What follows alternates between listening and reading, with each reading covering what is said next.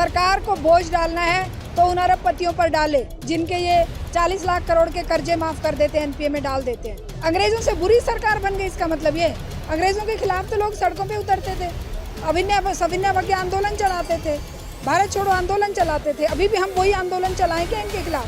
ये मोदी सरकार बोल रही थी 2014 के चुनाव में और उसके बाद में भी कि बहुत हुई महंगाई की मार, अब की बार मोदी सरकार है।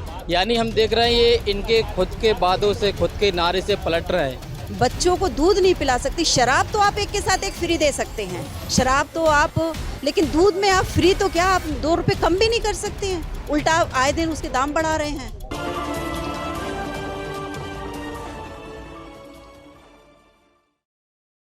केंद्र सरकार के द्वारा हाल ही में सभी पैकेट बंद, डब्बा बंद, लेबल युक्त मछली, दही, पनीर, लस्सी, गेहूं का आटा, गुड़ सहित अन्य अनाजों को जीएसटी के दायरे में लाया गया है। यही नहीं बल्कि रोजमर्रा की बच्चों की स्टेशनरी आइटम्स पर भी जीएसटी लगा दिया गया है।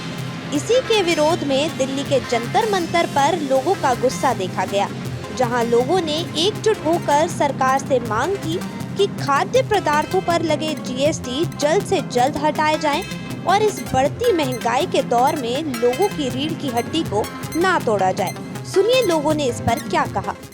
हमारा प्रोटेस्ट जो जीएसटी खाद्यान्न पर लगा दिया गया है, बच्चों की शिक्षा की सामग्री पर लगा दिया गया है और 50 रुपए ऐसे आराम से रोज गैस पर बढ़ा दिए जा रहे हैं, इसके खिलाफ आज हम यहाँ पर प्रोटेस्ट कर रहे हैं।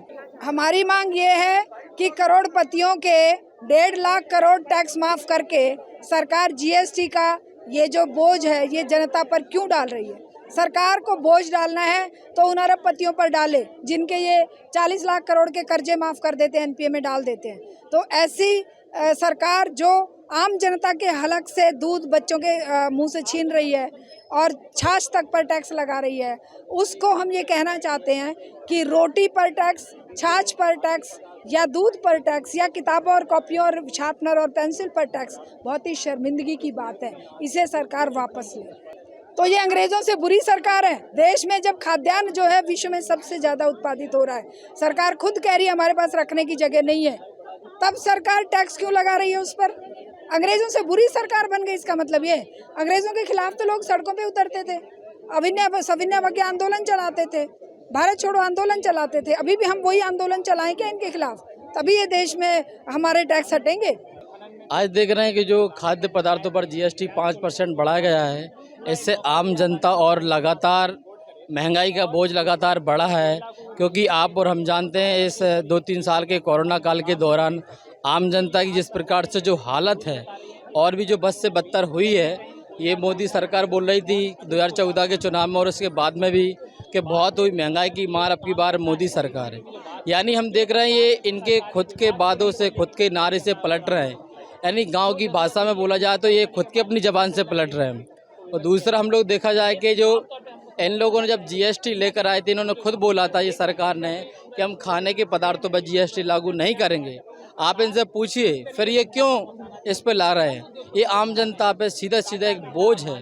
और दूसरा हम देख रहे हैं कि आज आप तो जानते हैं नौजवान युवा जो है आज रोजगार धंधा नहीं है, पूरा चौपट हो गया। कैसे आम परिवार चला पाएगा?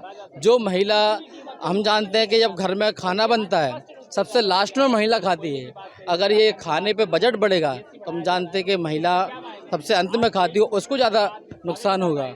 और आज सरकार का खुद का आंकड़ा है, हमारा नहीं है, कि 26 करोड़ लोग, हमारा देश सबसे ज़्यादा उत्पादन करता है और उसी देश में सबसे ज़्यादा लोग भूखे सोते हैं। ये हमारा आंकड़ा नहीं, खुद सरकार का आंकड़ा है। और सरकार का खुद का आंकड़ा है कि रोज़ 20 रुपये रोज़ में लोग अपना जीवन यापन कर रहे हैं। तो ये सरकार को नहीं दिखता कि ये महंगाई बढ़ाने से क्या आम जनता को फ़ायदा रहेगा? ये तो सरासर गलत है। इसके खिलाफ में क्रांतिकारी पार्टी एसोसिएशन कम्युनिस्ट आज जंतर मंतर भी यहाँ पर प्रदर्शन कर रही है और सरकार से मांग कर रही है कि जो खाद्य पदार्थों पर 5% जीएसटी बढ़ाया गया है, इसको तुरंत वापस ले, नहीं पूरे देश भर में एक पुरजोर आंदोलन करने का एक बड़ा ऐलान यहाँ पर करती है। पहले ही महंगाई की मार इतनी ज़्यादा आम जनता झेल रही थी कि अपने परिवार में अपने बच्चों का पेट पालना मुश्किल हो रहा था। पहले से ही इतने ज़्यादा सिलेंडर के दाम बढ़ चुके थे, दूध के दाम आए दिन बढ़ रहे थे, और उसके बाद फिर अब ये जो जीएसटी लगा रही है, ये सिर्फ खाद्यान्न पे ही नहीं लगाया है, इन्होंने बच्चों की कॉपी, पेंसिल, रबर, शॉर्पनर, इन सब पर भी जीएसटी लगाया है। इन्होंने जो खांसी जुकाम की दवाइयाँ हैं उन पर भी जीएसटी लगाया है। तो मतलब आम जनता क्या करेगी, कहाँ जाएगी? वो जिन हालातों में वो जी रही है, इतनी ज़्यादा बीमारियां बढ़ रही है, कैसे वो अपना इलाज कराएगी, कैसे अपने बच्चों को पालेगी? जो हमारी सरकार कहती है कि हमारा देश, हमारे युवा हैं, हमारे बच्चा हैं, किस तरीके से वो, जब वो बच्चों को दूध नहीं पिला सकती, शराब तो आप एक के साथ एक फ्री दे सकते हैं, शराब तो आप, लेकिन दूध में आप फ्री तो क्या, आप 2 रुपये कम भी नहीं कर सकते हैं, उल्टा आए दिन उसके दाम बढ़ा रहे हैं।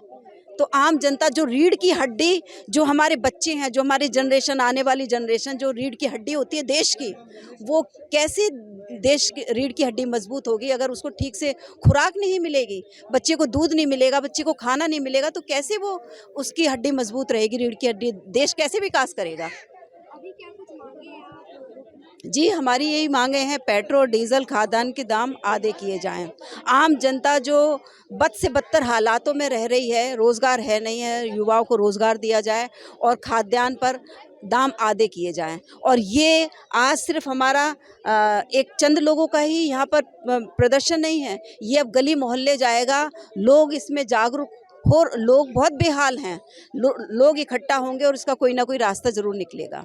देखिए, सरकार तो पूरी तरीके से जो भी नीति लेकर आती है वो पूंजीपतियों के लिए ही लेकर आती है, लेकिन आम जनता, क्योंकि आम जनता का दबाव ही इसे वापस ला सकता है। ये हमने देख लिया था 3 कृषि काले कानूनों में भी, उस समय भी जो जनता का दबाव था उसने उसको वापस कराया। ऐसे ही आम जनता का दबाव बना रहेगा तो ये वापस होके रहेगा।